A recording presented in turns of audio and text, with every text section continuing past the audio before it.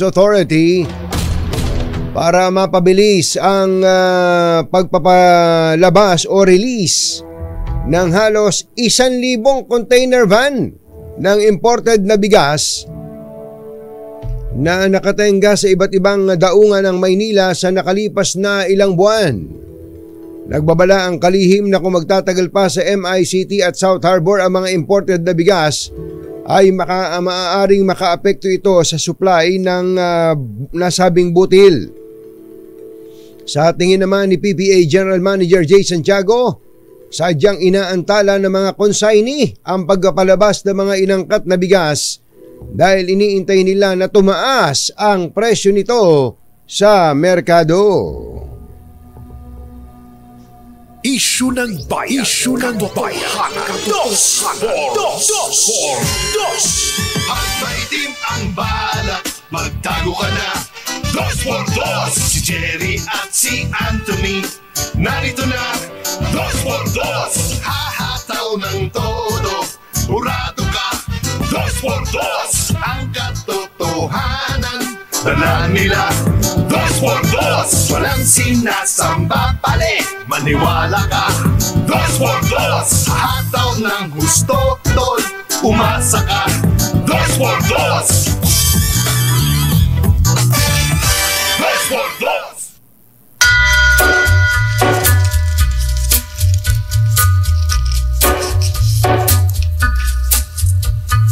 Take a look Hi.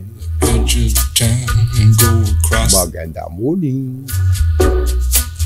where the vine Magandang umaga, bayan! as it should. Ito po si Anthony Taberna. Umahabol si Jerry Baha. In the border Muli pong sumasa inyo ang 2x2 sa umagang ito ng Friday! Yuhuu! across the mills Ay, totoong Friday na with an F.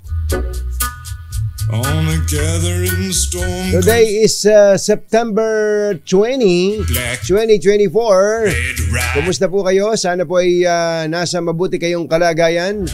May konting mga pag-ulan dito po sa Kalakang, Maynila. Kumusta po ba sa inyo? Sana po ay nakagayak na ang mga bata. At well, may mga nakita na akong batang papasok sa eskwelahan. Ito po siguro yung morning shift, yung sobrang aga ng pasok ng mga batang ito. Mother, nung bang ikaw nag-aaral ng elementarya, anong oras ang pasok mo? Mother, nung ako nag-aaral ka ng elementary nung 1960s, anong oras ang pasok mo? Oo. Tanghali na. Oo. Bibilib ka sa mga bata ngayon, ang aga ng pasok, Mga pupungas-pungas pa, naglalakad na, papunta na sa eskwelahan. Yung iba naman hawak-hawak nung kanilang mga magulang. At eto matindi, ewan ko kung familiar kayo dun sa yung school bus. Di ba school bus, halimbawa marami kayong sasakay sa school bus. Hindi, umiikot yan Naku, napakamalas nung pinakaunang susunduin, halimbawa, ang pasok ay alas 7:30 ng umaga. Malayo-layo yung eskwelahan doon sa bahay ng unang susunduin. Malamang alas 4 pa lang sinusundo na yon. Kasi kung marami sila, halimbawa mga 20 silang susunduin, kailangan malapit na sa eskwelahan by 6:30, Ang bira. Kung ako, hindi ako papayag na ako unang susunduin. Ako huling yung sunduin. Paano pinakamalayo ka? Kumusta po ang mga nanay natin dyan? Alam namin napakahirap mag-budget po ng sweldo ni Mister. Isip-isipin nyo, tulad nga nung nabanggit ko, kasama pa ngayon sa budget ng pamilya yung ibinabayad sa school bus. Lalo nga kung malayo po sa school. Siyempre, kung nag-commute naman yung bata, lalo kung babae yung anak mo, kakabakabahan ka din. Buti sana kung may naghahatid talaga. So, wala kang choice kundi mag-school bus. Ingatan yung mga school bus drivers, ingatan yung mga batang yan. Yung mga pasahero ninyo, lalo na ikaw driver, Alam mo ba yung pasahero mo na yan, pwedeng maging presidente ng Pilipinas yan? Wag ka, lilingon ka pa eh. Just, eyes on the road. Wag kang lilingon. Okay kang makinig, pero wag ka nang lilingon. Yang mga pasahero mo na yan ang kinabukasan ng bayan. Matindi po yung mga sinusubaybayan nating balita. Ito palang kapatid ni Michael Yang, yung dating presidential advisor, ay yung kapatid niya ay hinuli kagabi. Hinuli kagabi diyan po sa NAIA Terminal 3. Kaya pala nandun si Sherwin Alfaro eh. Anong kaso nun, Mother? Immigration law violation, ganon? Ano ba siya? Undesirable alien ba siya? Itong taon-taon to? Ayan po yun eh. Yan po yung kapatid ni Michael Yang. Si Michael Yang, yun po yung isinasangkot, naalala nyo, sa Pharmally. No? Naalala nyo ba yung Pharmally? Ayan, yung pong mga supplies ng iba't ibang mga gamit nung pong panahon ng pandemic. At marami pang iba, di ba si Michael Yang, lahat na yata ng kasalanan ngayon ay ibinibintang na po sa kanya. At yun ang problema ngayon. Ang tawag po dito guilt by association. So lahat ng mga dati-dati nakadikit ang mukha kay Michael Yang, kay Pangulong Duterte, sino pa ba? Kay Alice Guo. Kapag nadikit ka, tapos ngayon sila yung nasa balag ng alanganin, nako, kakabaka-baka na. Pero ngayon, hindi mo matawagan yung mga taong ito, hindi mo madalaw. Samantalang nung sila'y nasa andun sa sa tugatog ng tagumpay, perming nandoon ka at namumunini ka. Ngayon, iniwanan mo na. Ganun talaga buhay, no? Sabi nga, Mother, yung kinukwento mo sa akin lagi, when you laugh, the world laughs with you.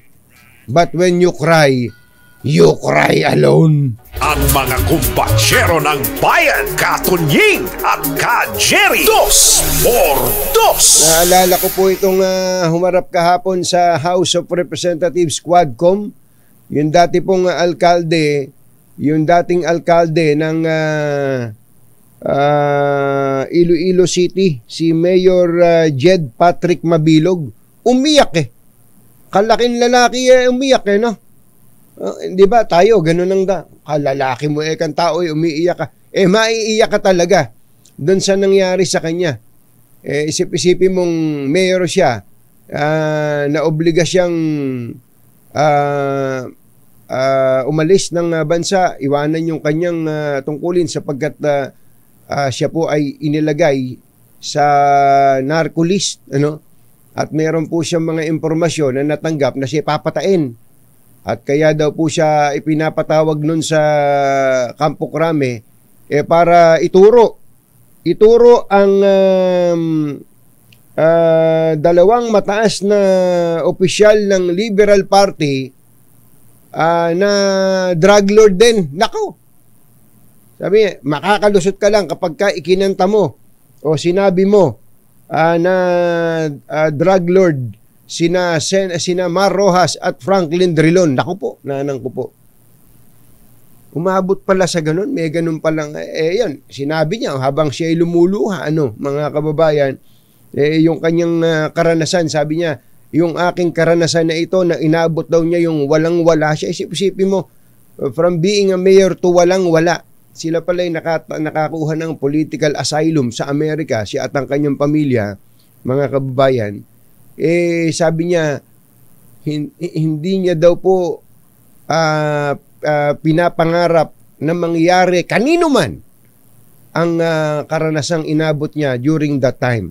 Ngayon po, umuwi siya ng Pilipinas, sumarap sa Kongreso at para po sikaping mabawi ang buhay na nawala sa kanya, mga kababayan. Anyway, isa lang po yan sa aspeto na inimbestigahan dyan po sa House Quad Committee at marami pang iba na atin pong binabantayan. But most especially, ang gusto natin today is a Friday. Let's move and get it on. Subukan nating tumalakay ng ibang mga bagay na malapit-lapit sa ating sikmura. Halimbawa po ito'y bigas, hindi lang malapit-lapit, napakalapit. Ewan ko ba, no? Pagka hindi ka kumain ng kanin, ako media na ako media betes. Kaya pagka hindi ako kumain ng kanin, parang hindi kumpleto yung meal no? Sana mawala na sa akin yun. Kayo po ba? Kumpleto po ba ang pagkain pagka walang kanin? Parang pag kumain ka na, di ba, mother? Kapag ka kumain ka, tapos sabihin pang may ulam, sabihin pang may tinapay on the side, sabihin pang may mashed potato, feeling healthy. Pero pag walang kanin, parang hindi kumpleto ang buhay. Rice is life. Ayan po ang ating pag-uusapan, di ba? Nakakabusit naman talaga.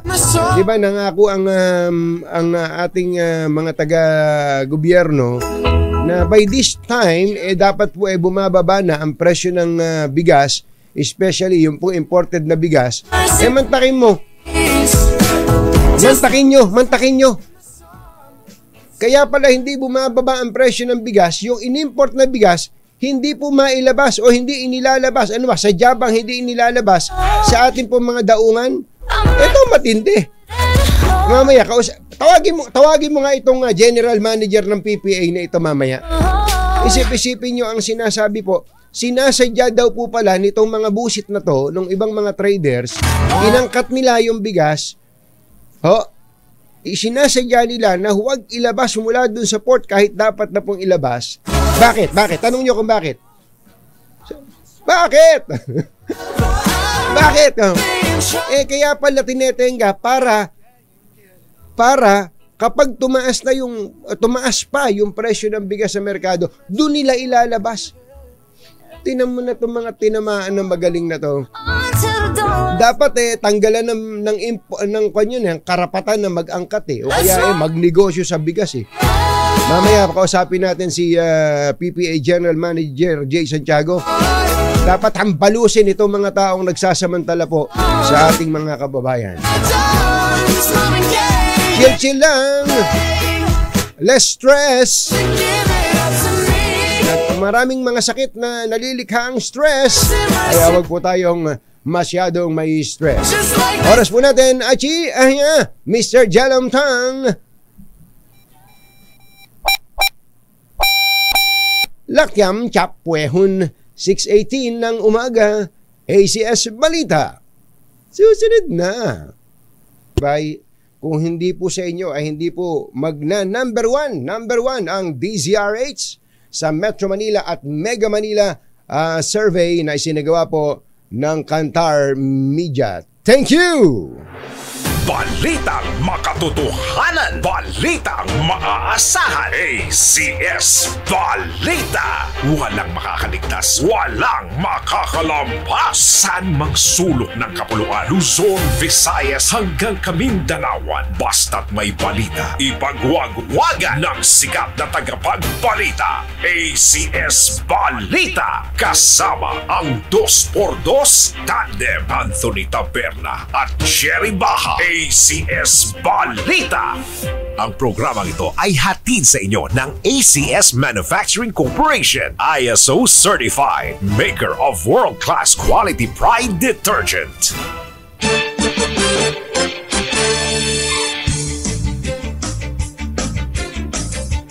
Narito na ang ating ACS headlines. Philippine Reclamation Authority magtatayo ng monorail mula Taft hanggang MOA. PUP nagsagawa ng kauna-unahang klase para sa mga PDL sa Manila City Jail. Pangulong Marcos sinabihan ng publiko ang banta ng climate change hindi daw po dapat maliitin. Dating Mayor Jed Mabilog ng Iloilo napaiyak sa harap ng Quad Committee ng Kongreso. Naroroonan ni Attorney Harry Roque, natukoy na ng CIDG Tracker Team. At MMDA Traffic Enforcer nabungi ng sapake ng isang lalaki sa Pasay. Suspect arestado, nakuhanan pa ng shabu. Magandang umaga Luzon, Visayas at Mindanao.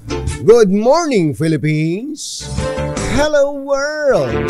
Sa pangalan po ni Jerry Baha, ito si Anthony Taberna at ito ang ACS Balita, ACS Good News. Unahin natin ang good news. Aba, mukhang good news talaga to. Plano daw po ng Philippine Reclamation Authority o PRA na magtayo ng monorail na magdurugtong sa Taft Avenue at SM Mall of Asia sa Pasay na ang unang bahagi ay sumasaklaw sa halos 2 kilometro. Ayon kay PRA Chairman Alexander Lopez, nangako ang Philippine Conglomerate SM Group ng 7 bilyong pisong investment para sa proyekto at karagdagang 2 bilyon para sa operational expenses nito. Sinabi ni Lopez na ang public-private partnership ay resulta ng pagsisikap ng pamahalaan para matugunan ang lumalaking pangangailangan para sa public transportation. Dagdag pa ni Lopez, nag-alok ang monorail ng cost-effective at sustainable na paraan ng transportasyon dahil sa mas konti ang istasyon nito at kawalan ng elevated skyways. Gumagawa na rin anya siya ng paraan upang mapondohan ng lines 2 at 3 ng proyekto na magkukonek sa mga hotel, casino, mall at ospital sa reclamation area.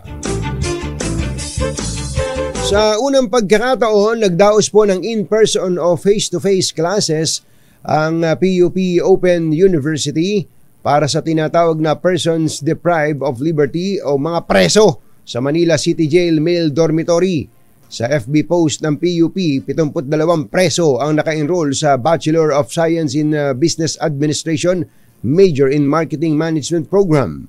Bahagi ito ng pangako ng PUP para sa more inclusive and equitable education sa bansa matapos dumagda ang nasabing universidad sa isang kasunduan sa BJMP at sa Manila City Jail para mag-alok ng tertiary education sa mga taong pinagkaitan ng kalayaan noong July 2, 2024. Sa panig ng BJMP, ang kasunduan ay bahagi ng rehabilitation program para sa mga PDL upang matulungan silang ituloy ang edukasyon at ang kanilang pangarap kahit na nakakulong at makapag-ambag sa lipunan sa kanilang paglaya.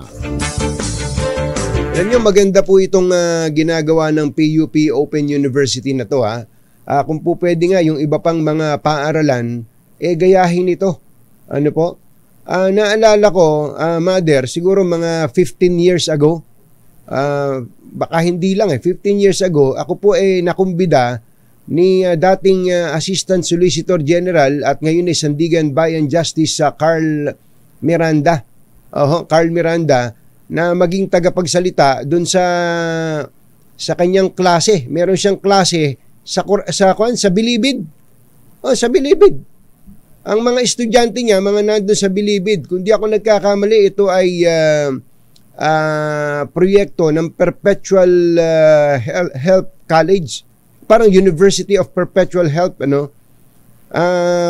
nagtuturo po sila dun sa mga preso.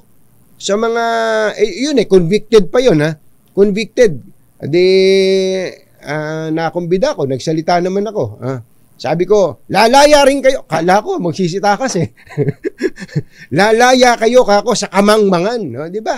Kapag kasi preso ka na, tapos kulang ka pa sa kaalaman, ibig sabihin kawawang-kawawa ka na sa lipunan, ganun papakiramdam mo sa sarili mo, parang gusto mo nang lumisan sa mundong ito. Di ba? Parang ganun. Pero dahil sa edukasyon, sabi nga nila, ang edukasyon ay the greatest equalizer. Ayan, kapag nakapagpunla tayo ng karunungan sa mga taong ito, baka magbago din yung kanilang pananaw sa buhay. Kung especially yung mga nakausap ko naman nun, medium security prisoners, saka yung ano ba tawag doon? Yung malapit ng lumaya din. Marami po doon ang nakatapos ng pag-aaral. So paglabas nila ng bilangguan, rehabilitated sila, meron pa silang diploma. Kaya pag nag-apply sila ng trabaho, kahit pa sila may bansag na ex-convict yan Pero kung meron silang mga kaalaman, kakayahan, dahil naturuan po sa loob ng bill, hindi naman pwedeng sabihin ng preso na, sir, hindi ho ako nakapasok may lakad po kasi ako Sasabihin ng preso sa profesor, hindi ho ako nakapasok kasi may lakad po ako, may appointment po. Oy, loko, anong appointment? Nakakulong ka lang dito lagi Kaya yung po mga ganong initiative, sana madagdagan pa, no? So calling sa iba pang mga universities dyan, napakaganda pong inisyatibo po nun. Wala hong masamang manggaya, basta't maganda ang ginagaya. 6:29 ng umaga, naimbaga bigat kada kayo amin na po, agreeing kayon, gising na. Hinimok ng Pangulong Bongbong Marcos ang publiko na huwag maliitin ang climate change na ang epekto ay nararamdaman na sa Pilipinas. Sa kanyang taped message sa Climate Change Summit sa Pasay City, sinabi ng Pangulo na dapat seryosohin ng taong bayan ang pagbabago ng klima dahil hindi ito isang problema na mabilis lutasin. Ayon sa Pangulo, hindi tayo dapat magkunwari na hindi nangyayari ang climate change. Dapat itong harapin o komprontahin, pag-usapan at pag-aralan alang-alang sa mga susunod na henerasyon.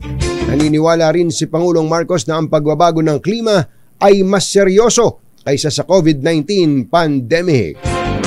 Hindi kasi sexy tong usapan na to Mas magandang pag-usapan si Alice Go kaysa sa climate change 'Di ba? Mas masarap pag-usapan yung mga naghiwalay ng mga artista kaysa climate change. Mas masarap pag-usapan yung iskandal ng kung sino-sino kaysa sa climate change. Kaya siguro tama din to sinabi ng Pangulo Panahon na para harapin natin to. Narinig nyo naman yung interview natin dun sa gobernador ng Mindoro Occidental noong isang araw, si Governor, ano pangalan ng mother? Governor, ang pangalan? Yung gobernador? Gadiano, di ba? Isipin nyo, yung mga lugar na hindi naman binabaha dati. Hindi binabaha dati. Ngayon po, antitindi ng baha. Kaya, hindi ba ganun din ang karanasan natin? Yung mga lugar na sabi niya, taas yan. Nako, dito na ako tumanda. Dito na ako tinubuan ng uban. Hindi mababaha yan. Ala yan. Kami pa. Taas na baha. Lubog ang bahay mo. Galit na galit ka sa gobyerno. Ba't ang gobyerno na to? Yung gobyerno, hindi inayos yung ayun, isa po yun. Climate change po yun. Wala po talagang choice kundi harapin po natin ito. 6:31 ng umaga. Mayong aga mga pinalangga. Bugtaw na kamo. Gising na. Naging emosyonal si dating Iloilo City Mayor Jed Patrick Mabilog nang humarap sa pagdinig ng Kamara at idinitalya ang rason ng kanyang self-exile sa Amerika.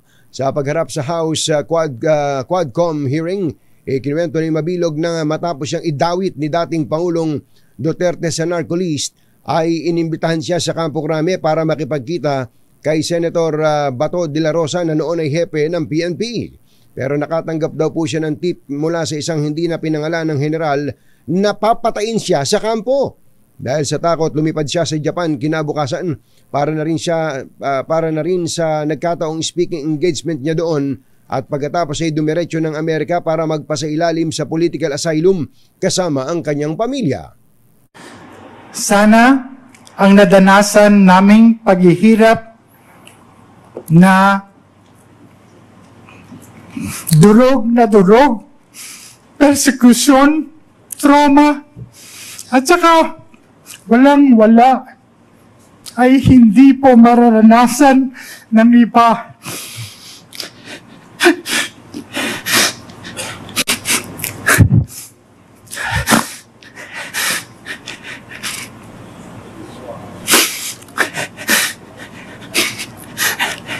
At mananaig ang katotohanan at hindi ang pamumulitika o personal na interes ng ilan.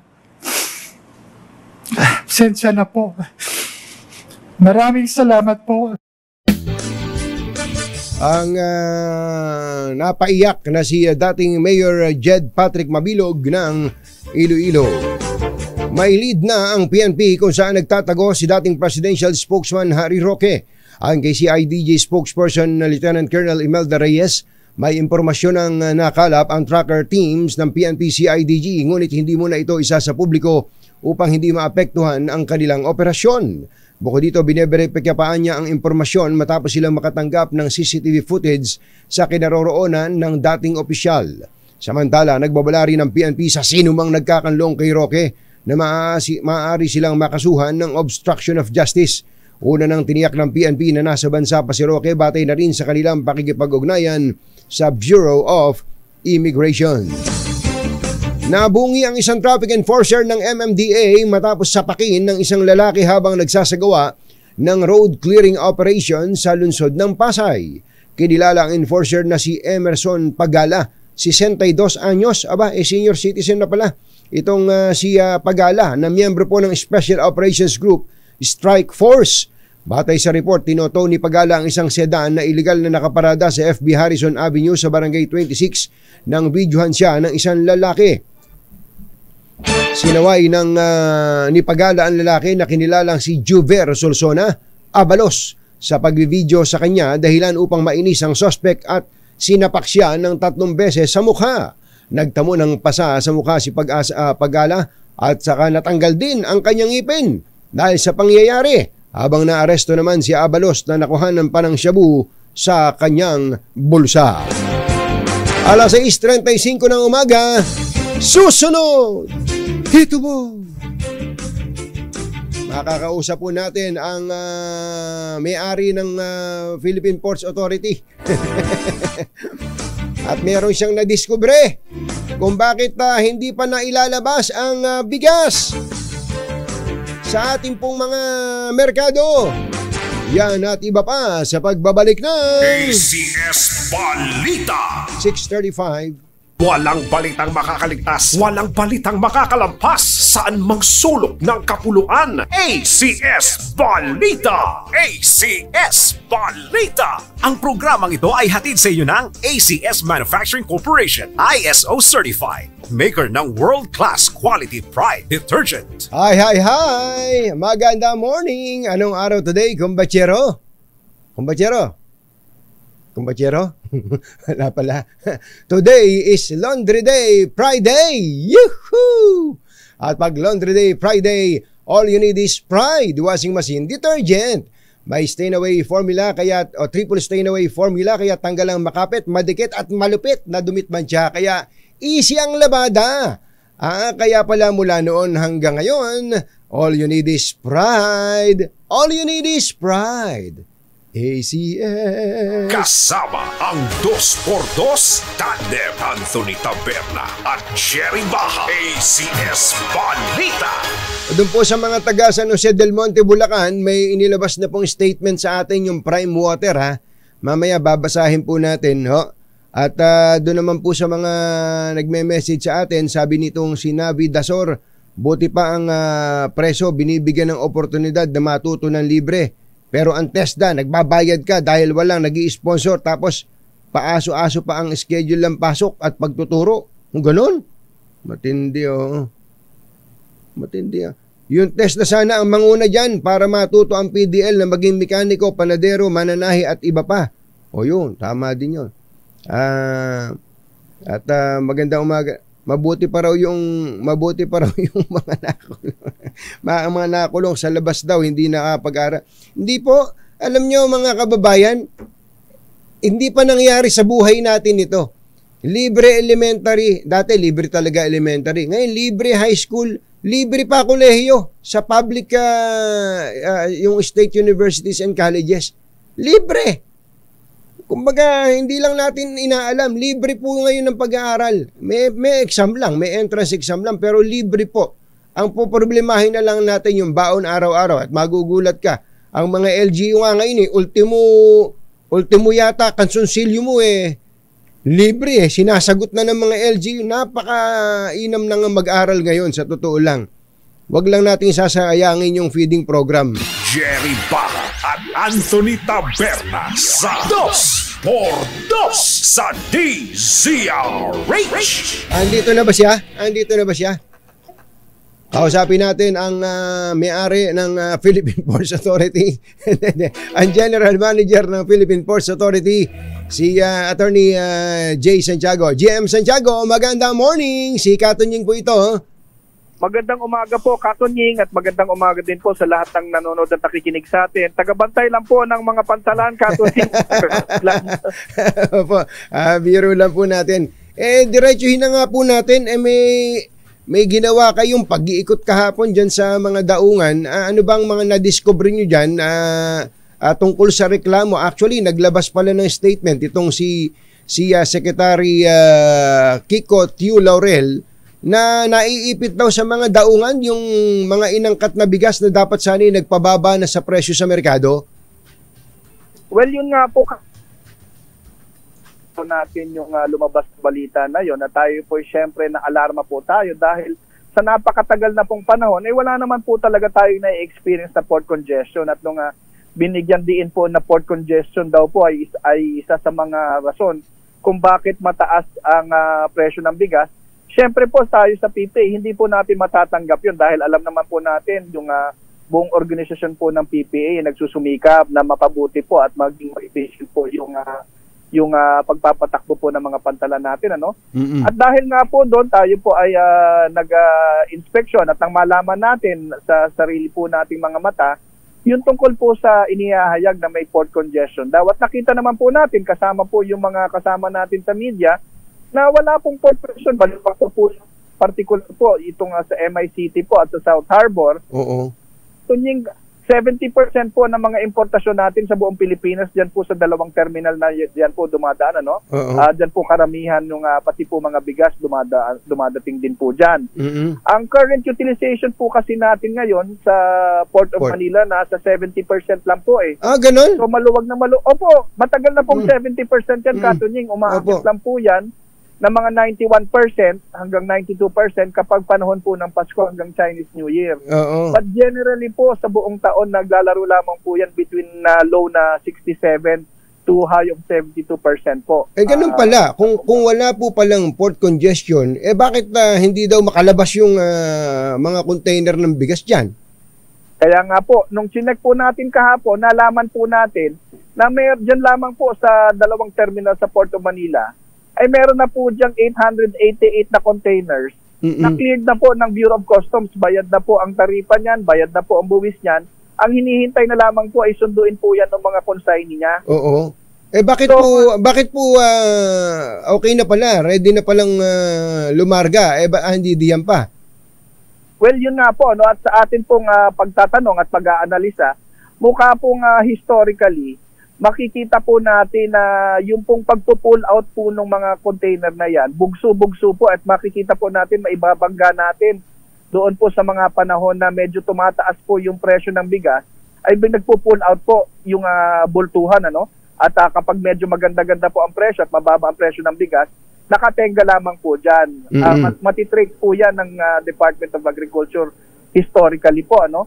At dahil po doon, nakipag-ugnayan na po tayo sa Department of Agriculture na magkaroon po sana ng mas masusipong pagmomonitor dito po sa mga importasyon na pagbigay po ng import permit ay pag na-clear na po ng Bureau of Customs, may karagdagang obligasyon po sana yung mga importer na within period of days ay kailangang i-pull out na po sila para mag-distribute na din po sa merkado. Oo. Katunying meron pa po doon 275 days na po yung pagamento, bayad na po ang buwis, hindi pa po lalabas.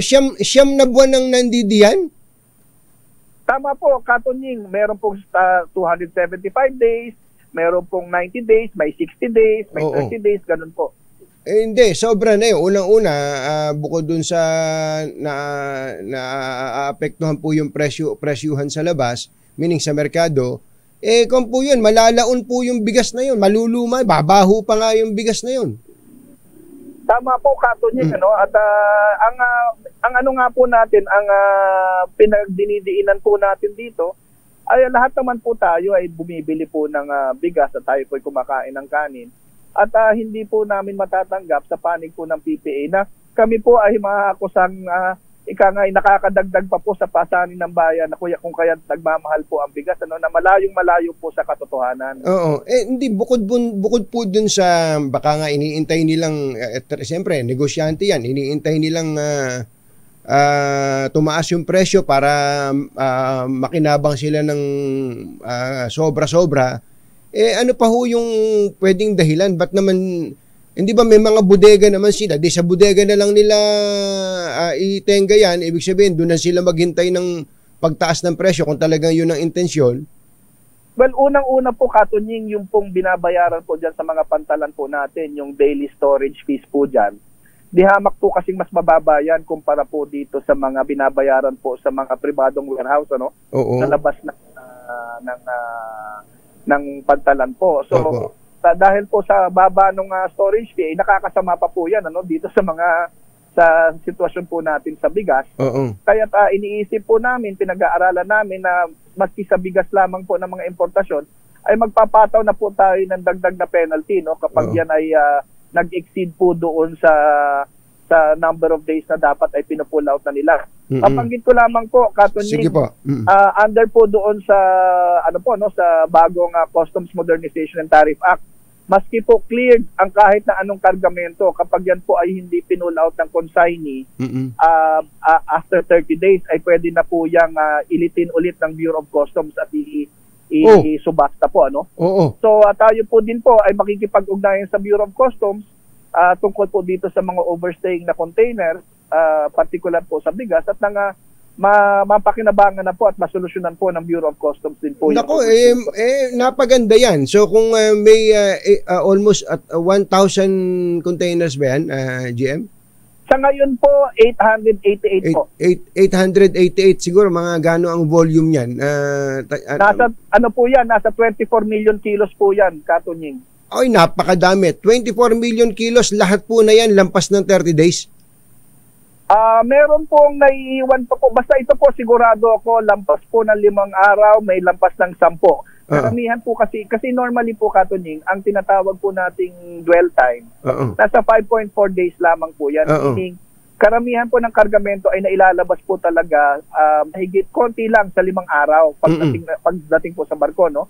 So yan po yung pong aming unang inistima na 888, yan po ay nasa mahigit 10 araw na po yan.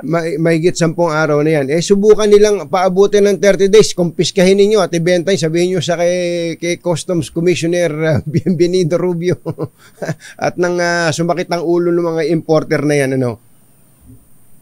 Nasa batas pala yon? Tama po, Katunying, nasa batas po yun.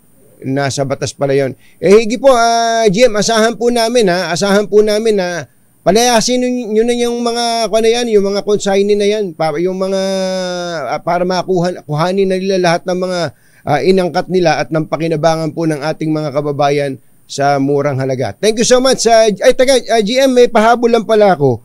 Kumusta pala yung mga mga port na para sa mga cruise ships? Ano na ba ang latest? Well, ongoing po yung mga construction po natin ngayon, Katunying. Yun pong sa Siargao, tapos na po yun, ano? Yun po ay in-inaugurate na po natin kasabay po ng 45th anniversary po ng PPA noong nakaraang Hulyo. Ongoing po ang construction po natin ngayon sa Coron, Palawan. Sa Camiguin po, ongoing din ang construction, at pati po sa Bohol at dyan po sa Buruanga, Aklan, para serbisyuhan naman po ang Boracay. Ganda. Meron akong mga nakikita ngayon sa ibang website at yung mga Facebook post na may mga ino-offer na mga biyahe, mga cruise na dito sa Pilipinas ang umpisa ng sakay ng barko. Ang tawag po nila yata doon, Katunying, is home porting, ano po, home port sa Pilipinas. At yan po talaga maganda po ang potential niyan. Makikita po natin yan sa halimbawa po sa Florida o doon po yung sa Bahamas po nang ginagawa po or sa Hong Kong at sa Singapore, kung saan doon po naghihintay po yung cruise ship. Doon po babiyahe yung mga turista, mag-plane in po sila sa mga airport, and then sasakay sila sa cruise ship at mag-iikot po. At ang maganda po doon, maliban lamang po doon sa cruise tourism po, Katunying, pagbaba po sa eroplano niyan, maghihintay ng ilang araw yan at bago umalis po ulit, nakakapaglibot na po yan sa mga syudad po. Ay, yun ang maganda. Yun ang maganda. Sana lalo pang dumami dyan. Ayan, at napakaganda ng Pilipinas. Makapunta sila dito at tayo naman makapunta sa mga lugar na pinapasyalan nitong mga cruise ships na ito. Maraming salamat, GMJ Santiago ng PPA. Good morning! Maraming salamat po, Katonying. Magandang umaga po. Thank you so much. Kasama ang 2x2 Tandem Anthony Taberna at Jerry Baja. ACS Balita. So, kung nakikinig po yung mga importer, kung nakikinig po yung mga importer ng bigas na yan, na nakabayad naman na pala kayo ng buwis, diyan po sa Bureau of Customs, ginawa nyo pang bodega yung port, ginawa nyo pang bodega yung PPA facilities dyan, mga busit kayo, hanguin nyo na. At pagka hindi, ayun, narinig nyo, meron palang batas na ganon. Pagkabayad at umabot ng 30 days at hindi nyo pa kinuha, iilitin ng gobyerno, ibig sabihin, kukumpiskahin ng gobyerno at i-auction. Pag in-auction, mas mura yun. Mas murang makakarating sa ating mga kabayan. Day zero, kawawa ang buhay nitong mga consignees na ito. Ano pa hinihintay nyo? Kunin nyo na yung bigas nyo. Ibenta nyo na sa amin ng mura. Ibenta nyo na. Nagatid sa kabuuan ng ating ACS Balita sa pangalan po ni Jerry Baja, ito si Anthony Taberna. ACS Balita. 8 minutes bago ang alas 7 ng umaga. Sandali po lang. Balitang makatotohanan. Balitang maaasahan. ACS Balita. Ang programang ito ay hatid sa inyo ng ACS Manufacturing Corporation, ISO Certified, maker ng world-class quality pride detergent. Number 1. Ang tao lang ang takot sa dalawang to. Kaya kung maitim ang balak, Magtago ka na! Anthony Taberna, Jerry Baja, 2x2.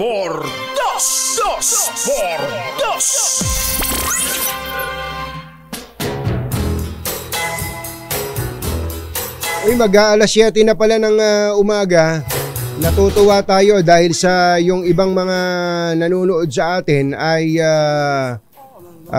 magaganda ang mga sinasabi. Kumbaga may mga opinion na may sense, hindi yung walang kabuhay-buhay na opinion. Halimbawa, sabi nitong si Nerina Kala, i-blacklist ang mga consignees. Di ba? Tama yun. Magandang panukala ito. Sabi naman itong si Kusina Chabacano, dyan sa mga importer ng bigas, dapat may additional penalty sila or meron bang storage fee dyan sa mga pier. Meron daw po naman, kaya lang mababa. Kaya ang gagawin daw po ni PPAGM, lalakihan ang multa sa mga iyan. Sabi naman itong si Rico Tanare, that's a legal rice hoarding, Katunying. Saan ka nakakita na ang port area ginawa nilang warehouse? Hindi ba? Napakasalbahi no?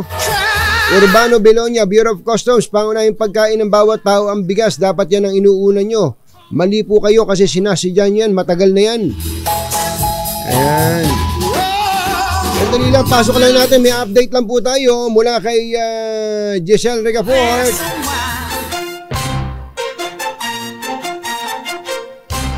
Tonying at Jerry. Anthony Taberna, Jerry Baja, ang samahang pinatibay na ng panahon. 2x2.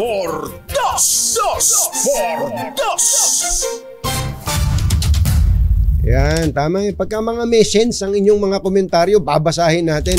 Pero yung mga, wala yan. Parang mga napagkakamalan tuloy kayong trolls kahit hindi naman kayo trolls. Makibalita nga tayo dito po kay Giselle Ricafort. Kaugnay po ng pagkaka-aresto sa kapatid ni Michael Yang. Inaresto po ito ng mga taga-immigration. Ano ba gagawin sa kanya? Ano ba magiging disposition sa kanya? RH15, Giselle Ricafort. Come in, Giselle. Nakadito na ngayon yung kapatid ni dating Presidential Economic Advisor Michael Yang sa detention facility ng Presidential Anti-Organized Crime Commission. Ito ang pinagpirma ni PAOK spokesperson Winston Casio matapos arestuhin si Yang Jinshin o Tony Yang at Antonio Lim sa NAIA Terminal 3 dahil sa pagiging undesirable alien. Ayon sa Bureau of Immigration, posibleng maharap ang 54 anyos na si Yang sa deportation case dahil sa undesirability at misrepresentation bilang Filipino national. Galing yung nagkatatandang kapatid ni Michael Yang sa Cagayan de Oro at merong bitbit na 1.4 na milyong cash ng pusasa ng immigration authorities. Sa reports, pineki umano ni Yang ang ilang impormasyon para sa sertifikasyon ng Securities and Exchange Commission na pagmamayari ng Philippine Sanja Corporation. Ito si Giselle Ricaport para sa Diesel H, una sa Pilipinas, una sa Pilipino. Giselle, may dala palang pera? Yes, Ka Jerry, milyones. Hindi, si Katunying muna to. 1.4. Namiss ko si Ka Jerry, 1.4. 1.4 million. Na pesos ha, pesos. Ano yan? Ilalabas niya ng bansa? Galing siya ng CDO, Katunying so saan papunta? Galing siya ng CDO, lumapag siya dito sa may NAIA.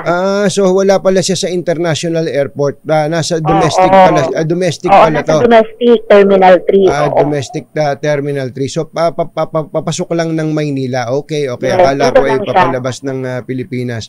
Okay, so deportation proceedings pala ang kanyang harapin. Wala siyang mga criminal cases na kinakaharap dito sa bansa? Jerry, ang sabi ng BI Officer in Charge Commissioner Joel Antonio, kapag napatunayang guilty, posible siyang maharap sa deportation at blacklisting. Kaya ako tinatanong yon yung kasi kung may problema siya sa kanyang citizenship o kaya meron siyang problema bilang undesirable alien, kung meron siyang pending case dito sa Pilipinas, meaning criminal case, ang mauuna ay criminal case, hindi deportation.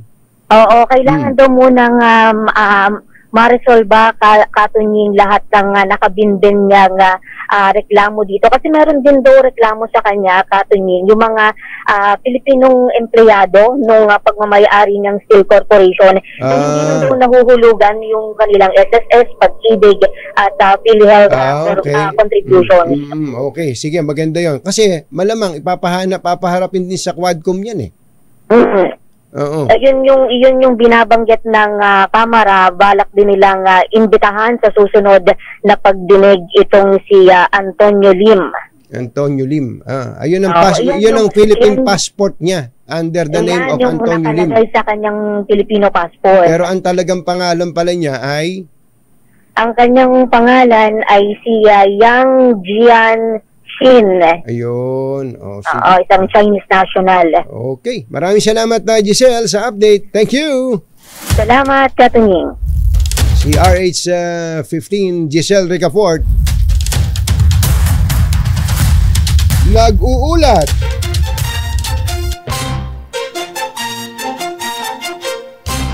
Katunying at Ka-Jerry, Anthony Taberna, Jerry Baha, ang samahang pinatibay na ng panahon. 2 por 2. Sabi ni Lou CB, dapat ma-monitor ng DA kasi yan yung mga naka-hoard, complicit talaga. Sana mga staff dyan sa Subic at Bataan Port Customs magkaroon ng moral responsibility para sa bayan. Wag na ang tradisyon. Sabi ni J. Antonio, idol tracking po kami sa ICTSI.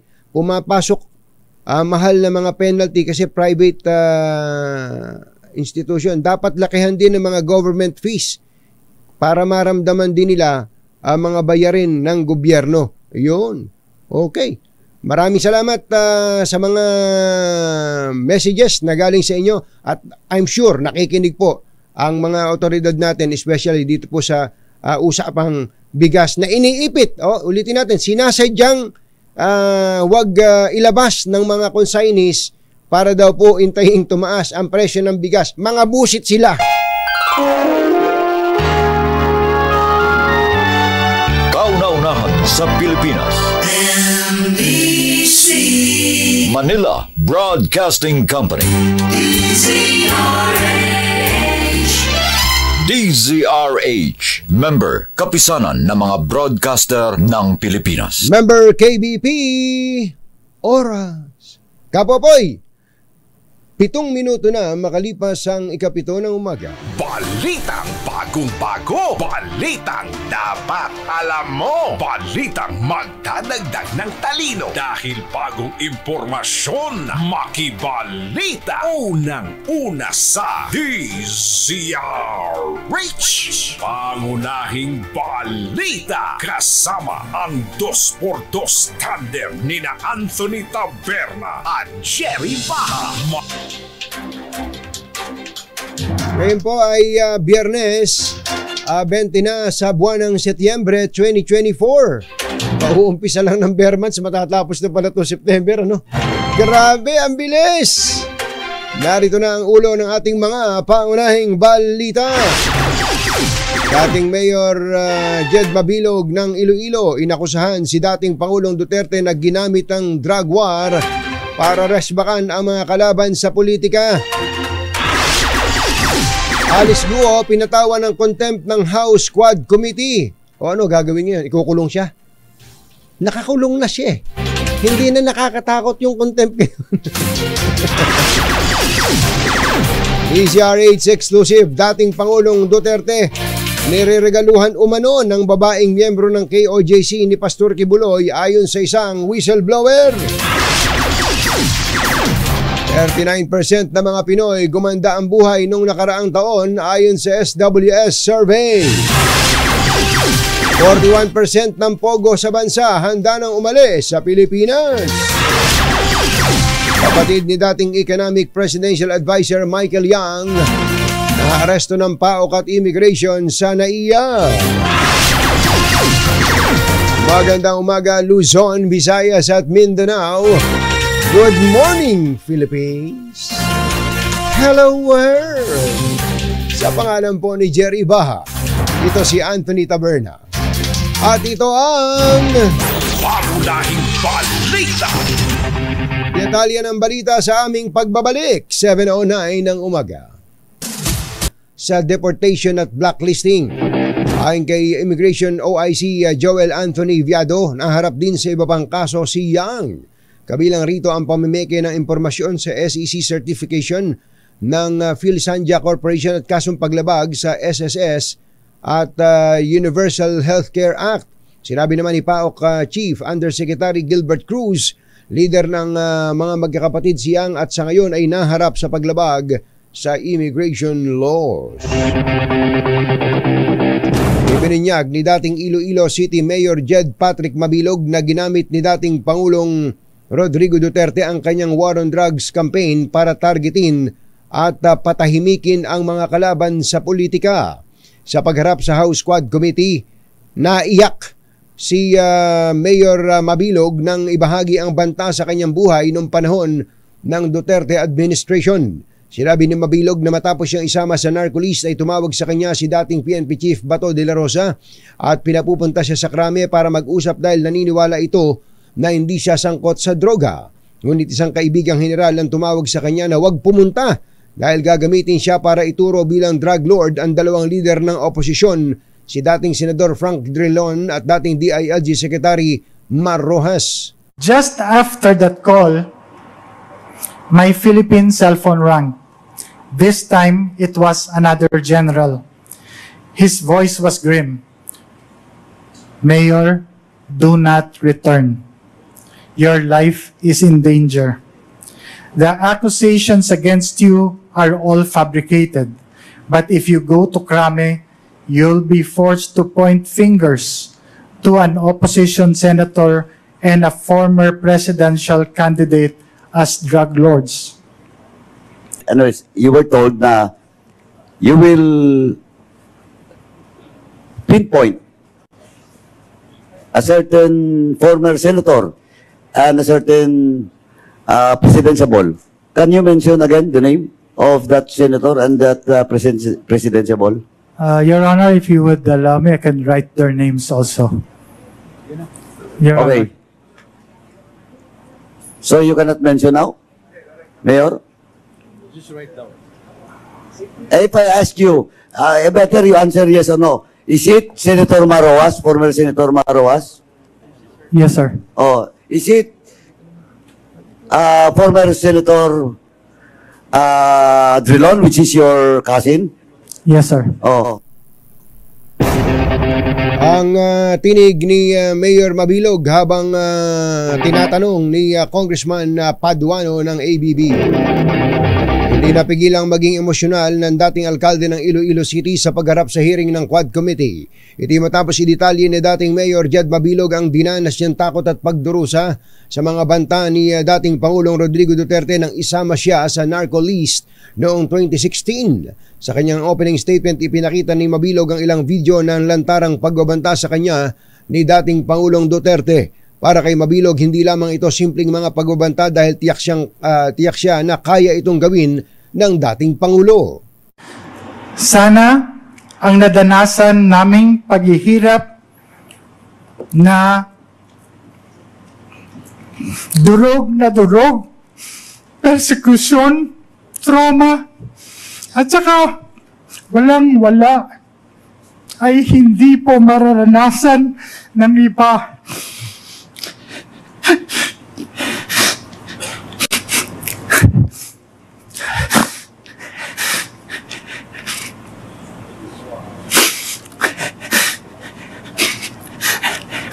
At mananaig ang katotohanan at hindi ang pamumulitika o personal na interes ng ilan. Pasensya na po. Maraming salamat po. Ang tinig po ni former Iloilo Mayor Jed Mabilog. Dumalo din si dismiss Bamban na Mayor Alice Guo sa pagdinig ng House Quad Committee sa pagharap niya sa Kamara. Nadikdik ito sa mga katanungan ukol sa naging pamamalakad niya sa Banban Tarlac. Inusisa ng komite ang mga negosyo ni Guo at ang kanyang hinihinalang koneksyon sa iligal na pogo sa naturang bayan. Ngunit nag-init lamang ang ulo ng ilang mambabatas kagaya ni Manila 6th District Representative Benny Abante na laging mainit ang ulo. Hindi naman ngayon lang nag-init ang ulo. Si Congressman Benny Abante, ang middle name yata nito mainit ang ulo. Hi, Congressman Abante, good morning. Uminit ang ulo ni Congressman Abante matapos na wala daw mapala sa mga sagot ni Guo at sa umunoy pagsisinungaling nito. Sabi nung acting mayor, kayo ang nag-endorso ng POGO para bigyan na lisensya ng PAGCOR at inendorso nyo sa Sangguniang Bayan na siya ang presiding officer. Ngayon sinabi nyo hindi. Ibig sabihin, nagsisinungaling yung acting mayor. Naka-teammate mo nung tumabo kang mayor. Nagsisinungaling, oo, hindi. Your Honor, you're under oath. Opo, I'm under oath. You're under oath, Opo, and that you answer me, nagsisinungaling ba yung acting mayor o hindi? Hindi po ako yung nag-endorse. Teka. Sinabi niya eh. Sinabi niya ikaw nag-endorse eh. You answer me. Hindi po ako nag-endorse. Hindi ka nag-endorse. Ibig sabihin, nagsisinungaling yung mayor. Nagsisinungaling yung acting mayor. Your Honor. Teka. Bakit ka umiiwas? Sabi mo, hindi ka nag-endorse. Sabi nung mayor, in-endorse mo. Ibig sabihin, itong tanong ko, nagsisinungaling yung acting mayor o hindi? Your Honor, hindi ko po alam kung... Oo o hindi? Your Honor, hindi po ako nag-endorse.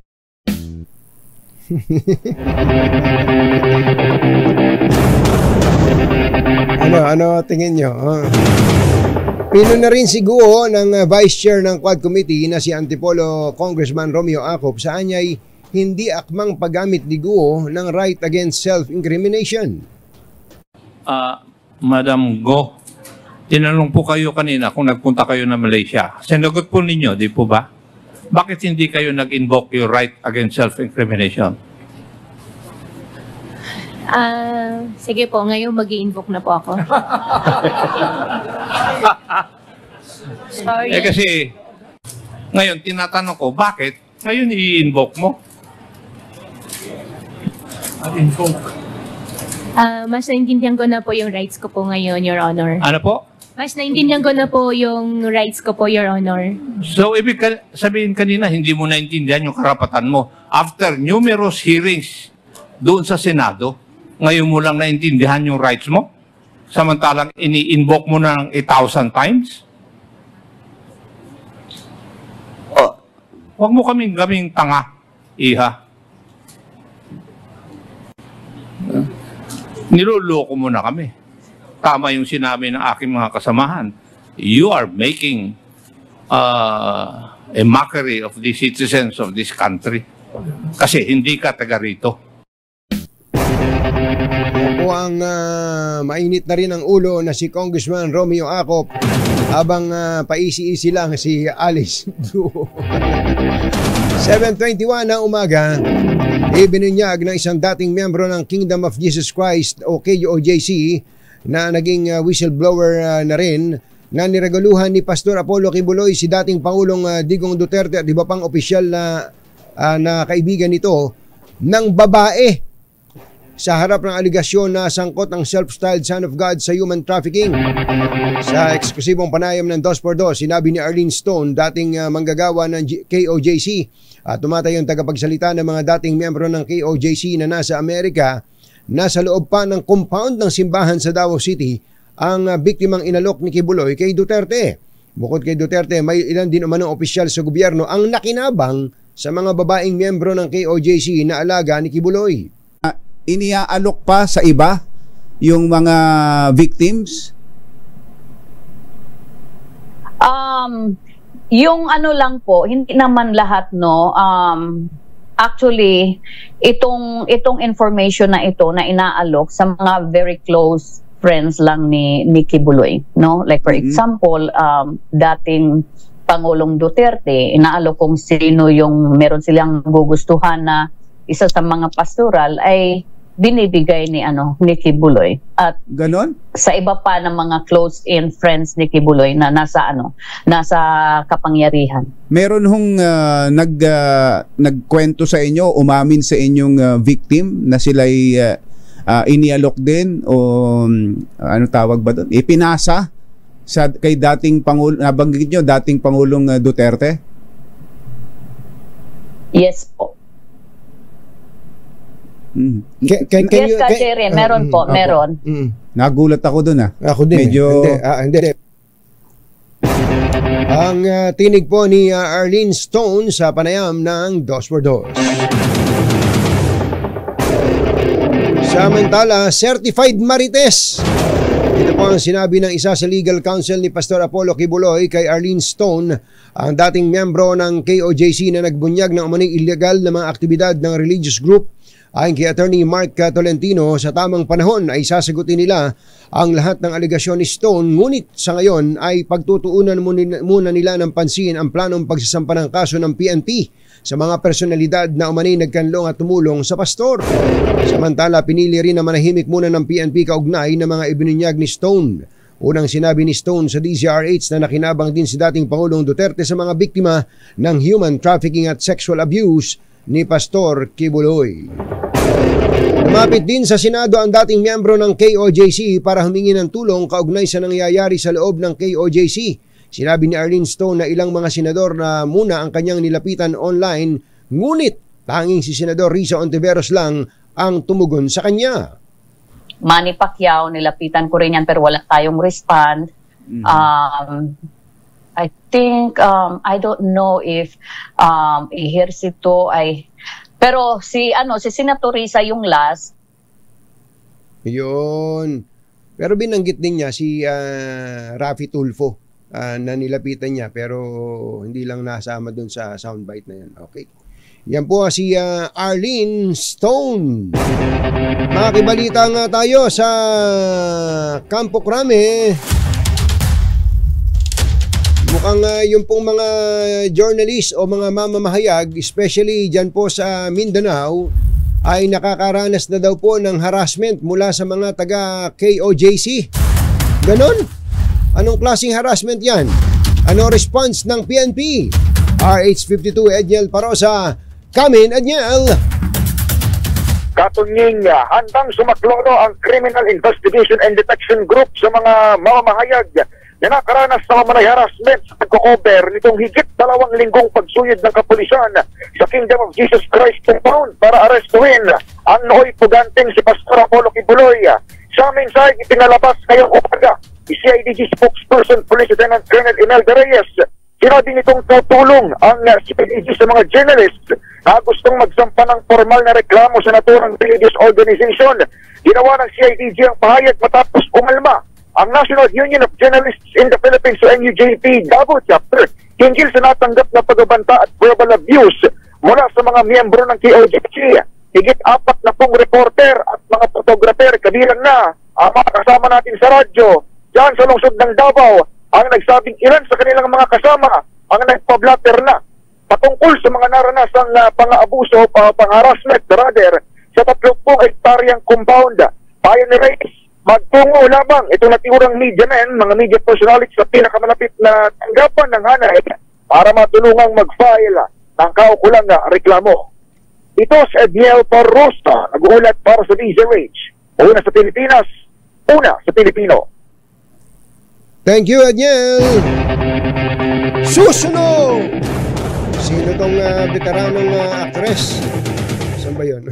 Sino tong veteranong actress na pikit mata raw tinatanggap na may ibang chicks ang kanyang mister?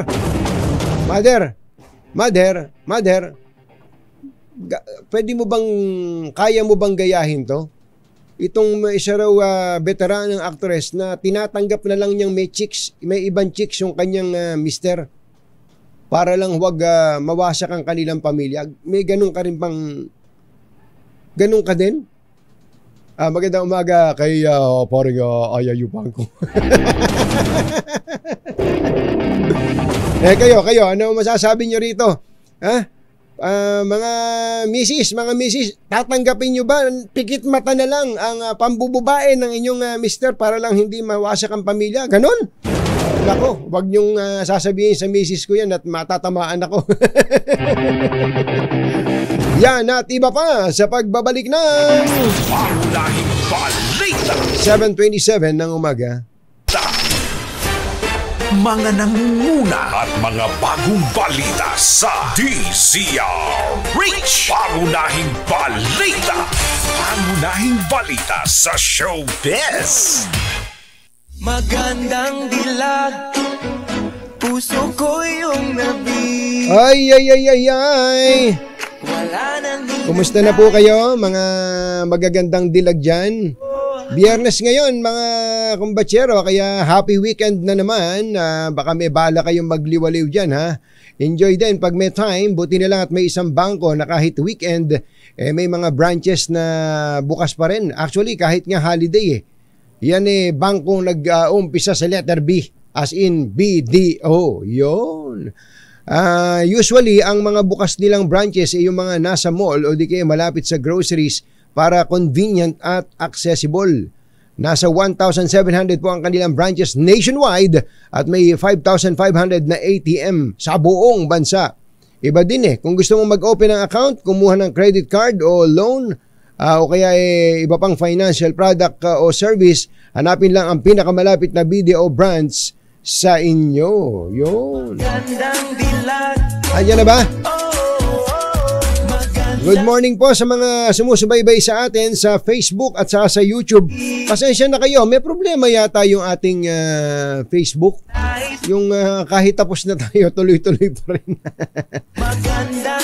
Kaya-kaya ng IT natin yan. At yung mga subscribers natin sa ating pong YouTube channel sa DZRH Television. Thank you all over the world sa inyo pong pagsuporta. Ang DZRH po ay number 1 lang naman. Number 1 lang po sa latest survey ng Kantar Media. Number 1 sa Metro Manila at sa Mega Manila. At hindi po yan magiging posible kundi po dahil sa inyo na sumusuporta sa amin. Salamat po sa ating mga kapamilya, mga kapuso, mga kapatid, mga kabarkada, mga trolls, mga bashers. Thank you! Dahil na-stimulate nyo po ang aming umaga araw-araw. Katulad lang nitong balita natin na to, meron daw isang veteranang actress na pikit mata. Matindi. Kuyang Ronnie Hiron, Kuya Ronnie Heron, pakinggan mo to. Isang veteranang aktres, pikit mata na tinatanggap na may ibang chicks ang mister para lang hindi mawasak ang pamilya. Ang tindi, ha? Si mother nga dito sabi niya, oo. Ganon? Ganon, ha? Kayo bang mga nakikinig sa amin? Payag ba kayo dito? Alamin nga natin ang detalye ng balita mula sa ating showbiz legend, Morley Alinio. Maganda morning, Morley! Magandang morning, Luzon, Visayas at Mindanao. Katunying nakakaloka. Dahil talaga naman tinitiis ni actress ang lahat-lahat.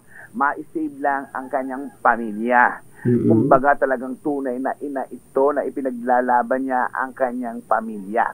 Isipin mo, yung kanyang jowa na guwapo, meron palang kakuyang-yangan sa abroad. Ano? Kakuyang-yangan. Kakuyang-yangan? Oo. Ano ba yung kakuyang-yangan? Ay, yun pala yun. Oo. Naku. Abay, matagal-tagal na rin pala itong nangyayari. Pero hindi mo makikita sa actress na ito na naaapektuhan siya. Oo. Hindi siya nagsasalita. Bagkos, patuloy pa rin niyang minamahal yung jowa niya, ang kanyang pamilya.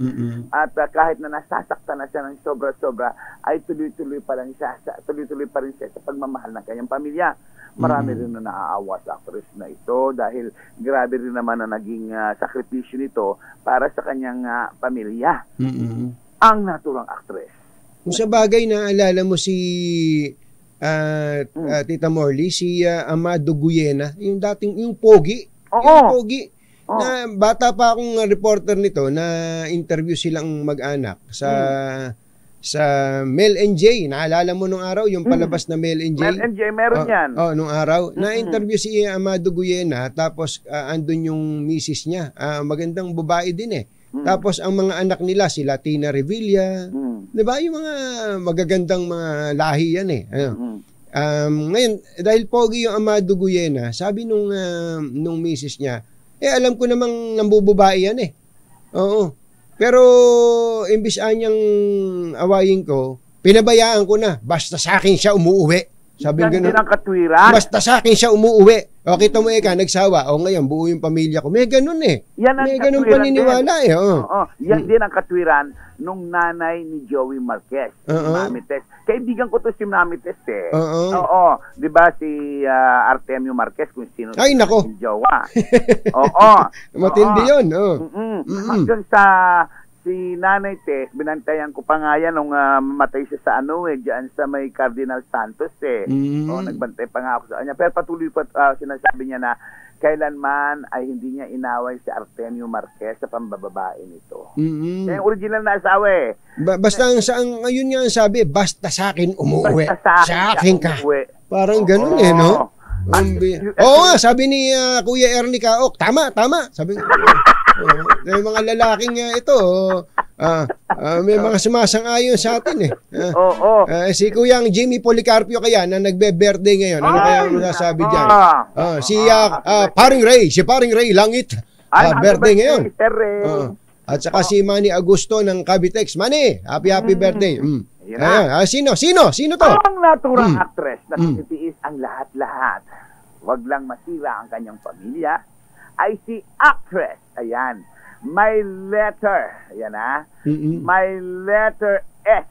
Letter S? Sa kanyang... Ano yan? Dalawang S?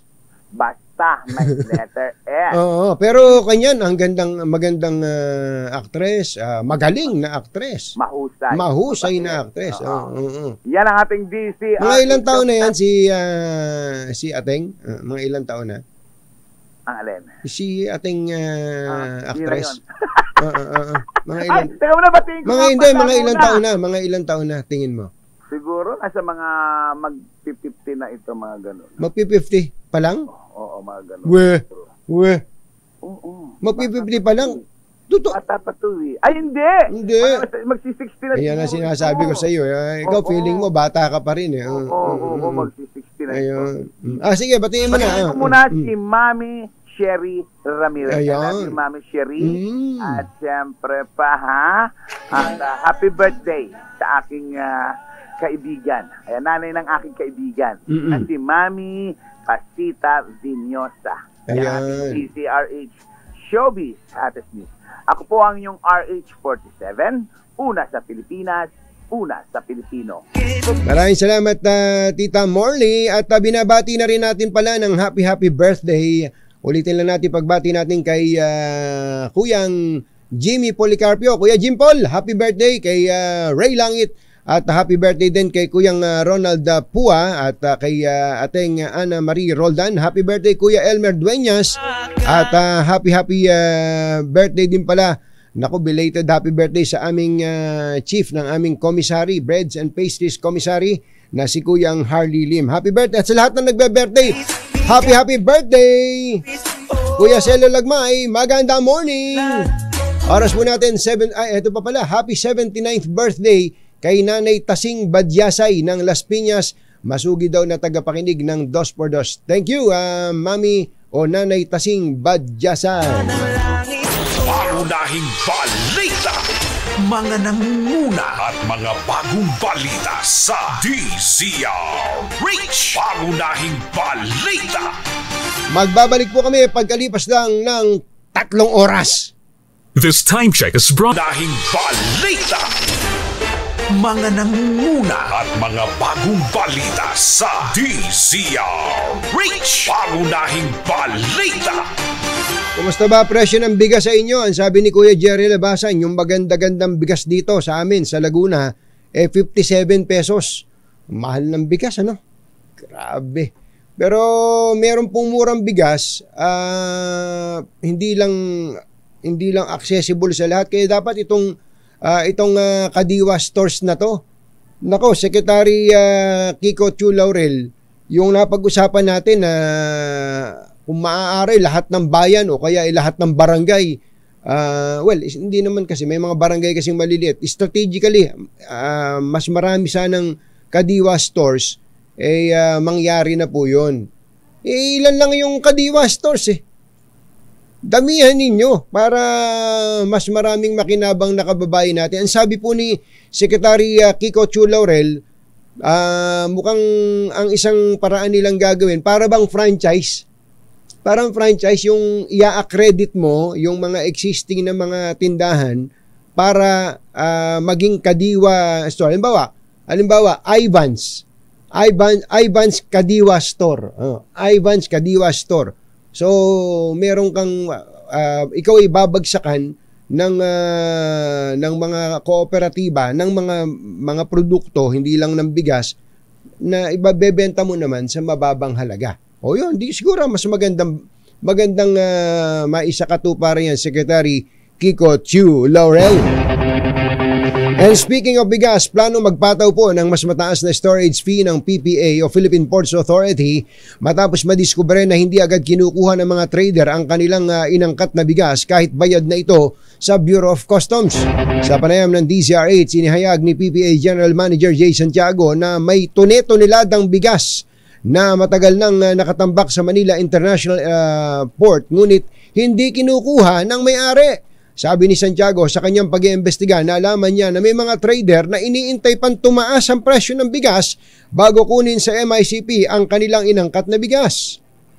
Mukha pong historically, makikita po natin na yung pong pagpo-pull out po ng mga container na yan, bugso-bugso po at makikita po natin, maibabangga natin doon po sa mga panahon na medyo tumataas po yung presyo ng bigas, ay nagpo-pull out po yung bultuhan, ano? At kapag medyo maganda-ganda po ang presyo at mababa ang presyo ng bigas, nakatenga lamang po dyan. Katunying meron pa po doon, 275 days na po yung pagamento, bayad na po ang buwis. Pambihirang patis. Yan po si PPA General Manager Jay Santiago. Samantala,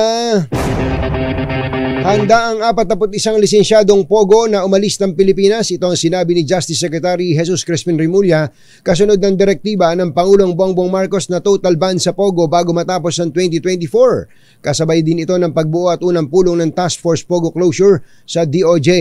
Binubuo po ang Task Force ng DOLE, Presidential Anti-Organized Crime Commission, Bureau of Immigration at PAGCOR. Kumpiyansa si Remulla na tuluyan ang mawawakasan na operasyon ng Pogo sa bansa. 39% ng mga Pilipino ang naniniwalang bumuti ang kalidad ng kanilang buhay ngayong taon. Batay ito sa pinakahuling SWS survey na nagpapakita din na 23% ng mga Pilipino ang nagsabing mas lumala pa ang kalidad ng kanilang buhay sa ngayon. Ayon pa sa survey, 37% ng mga Pilipino ang nagsabing walang naging pagbabago sa kalidad ng kanilang buhay. Nakapagrehistro ng highest net gainer score na excellent o plus 26 ang Balance Luzon. Sunod ang Metro Manila na may very high rating na plus 16.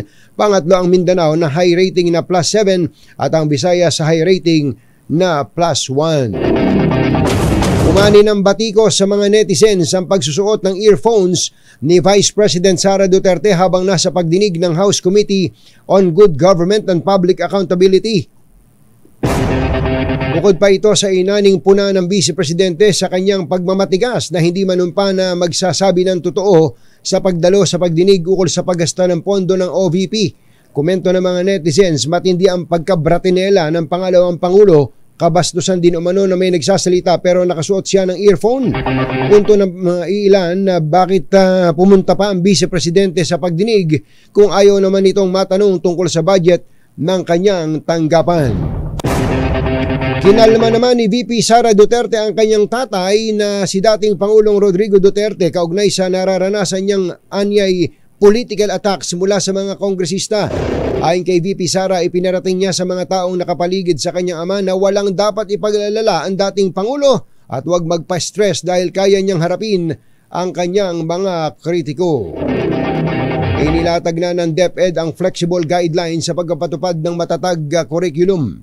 Sa ilalim ng DepEd Order No. 12 Series of 2024, bibigyang kapangyarihan ng mga prinsipal na magpatupad ng mga polisiya na nakadepende sa pangangailangan ng kanilang paaralan. Tulad ng paglalaan ng 45 minutes hanggang 1 oras na pagtuturo sa bawat subject gaya ng English, Math at Science na ituturo ng 5 beses sa isang linggo. 4 na beses isang linggo kailangan ituro naman ang edukasyong pantahanan at pangkabuhayan, music, arts, physical education at health o MAPE, Araling Panlipunan at Filipino. Nakasaad din sa bagong panuntunan, 1 beses lang bawat linggo dapat ituro ang good manners and right conduct pati ang home guidance program. Pero Secretary Sani Angara, maganda po ito pero ang tingin ko mas maraming oras dapat ang ilaan sa pagtuturo ng kabutihang asal. Opo, hindi 1 beses lang sa 1 linggo. Dapat maraming beses ituro ang kabutihang asal lalo na sa maliliit na bata.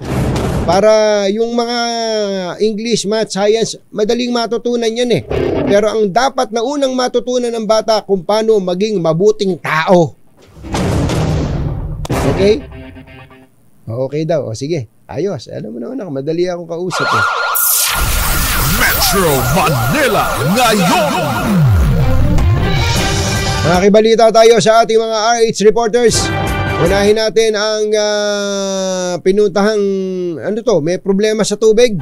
RH29 Boy Gonzales, yun daw pipeline sa kahabaan ng Recto at Delpan. Nako, may nakasagasa? Ano ba yan? May nakasagasa ba dyan? Ano nangyari? RH29 Boy Gonzales, coming boy!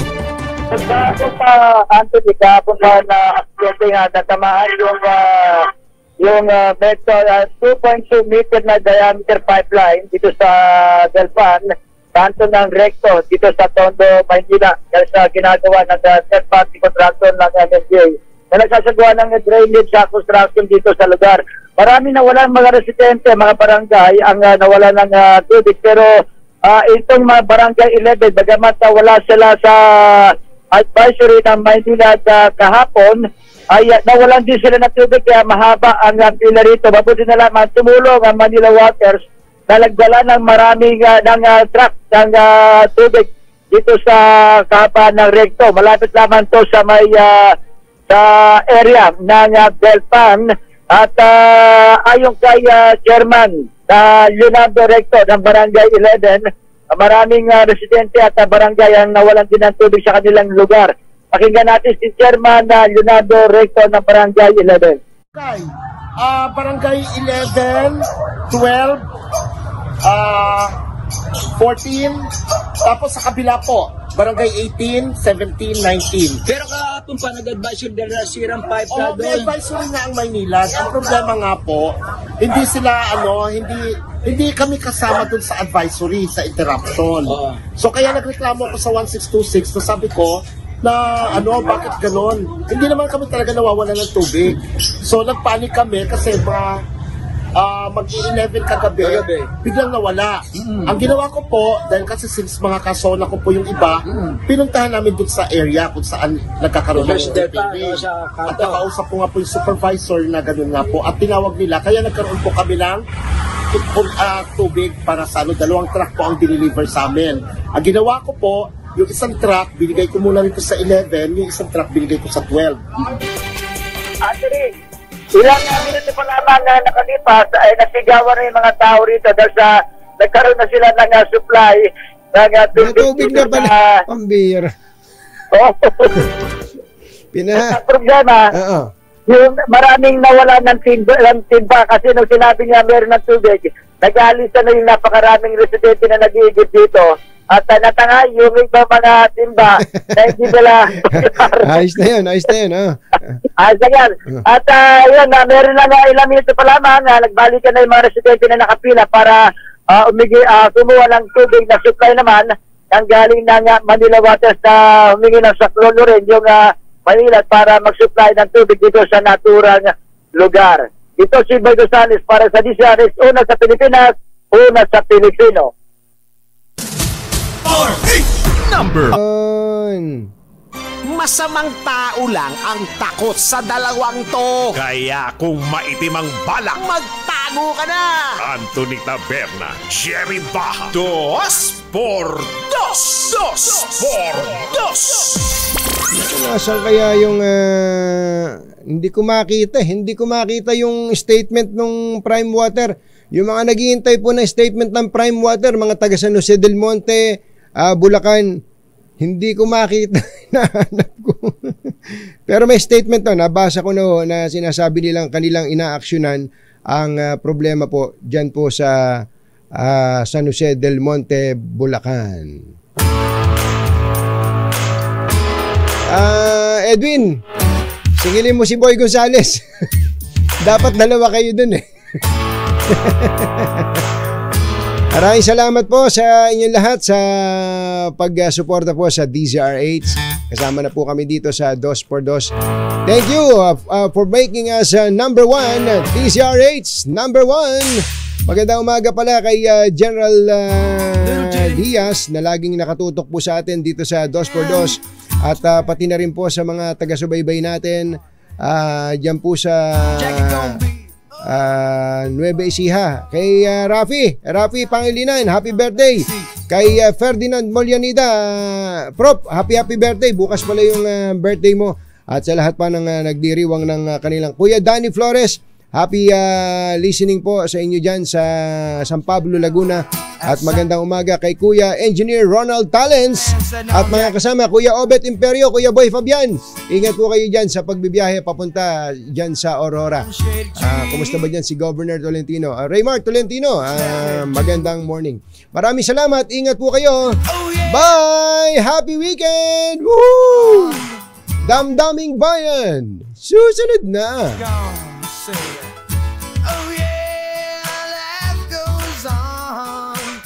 Long after the